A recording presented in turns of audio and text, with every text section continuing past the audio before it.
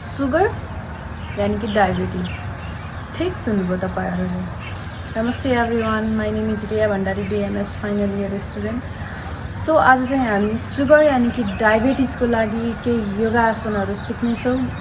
5 वटा योगासन, मेन 5 वटा योगासन जसले चाहिँ सुगर एन्ड डायबिटीजलाई निर्मूलन गराउन एकदम हेल्प गर्दछ। यदि तपाईको घरमा पनि सुगर यानी कि डायबिटीजबाट कोही पीडित हुनुहुन्छ भने उहाँलाई यो भिडियो जरुर पठाउनु होला।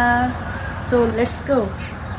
पहिलो रहेको छ कुनै पनि सुखासनमा बसेर अनुलोम विलोम प्राणायाम। यसमा चाहिँ हामीले सर्वप्रथम दायाँ हात लिने र दाहिने नाकलाई बुर्कुटे औँलाले बन्द गरेर बायाँ नाकबाट सास लिने र दाहिने नाकबाट सास फाल्ने, फेरि दाहिने नाकबाट सास लिने, बायाँ नाकबाट सास फाल्ने। यो प्रोसेस कन्टिन्यू गर्नु होला 2 देखि 3 मिनेटसम्म।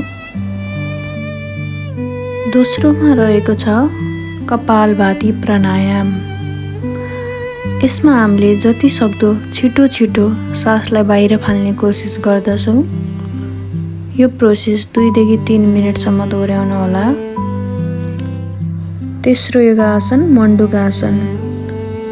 यसमा यो भिडियोमा देखाए जस्तै दुवै हातलाई आफ्नो नाभिको साइडमा राखेर अगाडितिर झुक्नु होला। आफूले सके जति होल्ड गर्ने र ब्याक टु नर्मल पोजिसनमा आउने। चौथो योगासन रहेको छ गौमुख आसन।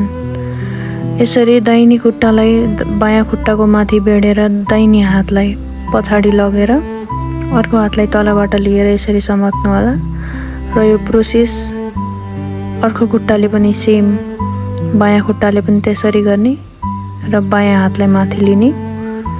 यो प्रोसेस होल्ड गर्नु होला 2 देखि 3 मिनेट। अन्तिम योगासन रहेको छ वक्रासन। यसमा एउटा खुट्टा सिधा, दायाँ खुट्टा सिधा र बायाँ खुट्टालाई बक्रो पारेर यसरी दायाँ हातले दायाँ खुट्टा छुन खोज्ने, बायाँ हातले बायाँ खुट्टा छुन खोज्ने र अर्को हातलाई पछाडि राखेर यसरी यो पोजिसन 2 देखि 3 मिनेट होल्ड गर्नु होला। डायबिटीजबाट पीडित हुनुभएको आमा बुवा अथवा साथीभाइलाई पठाउनु होला।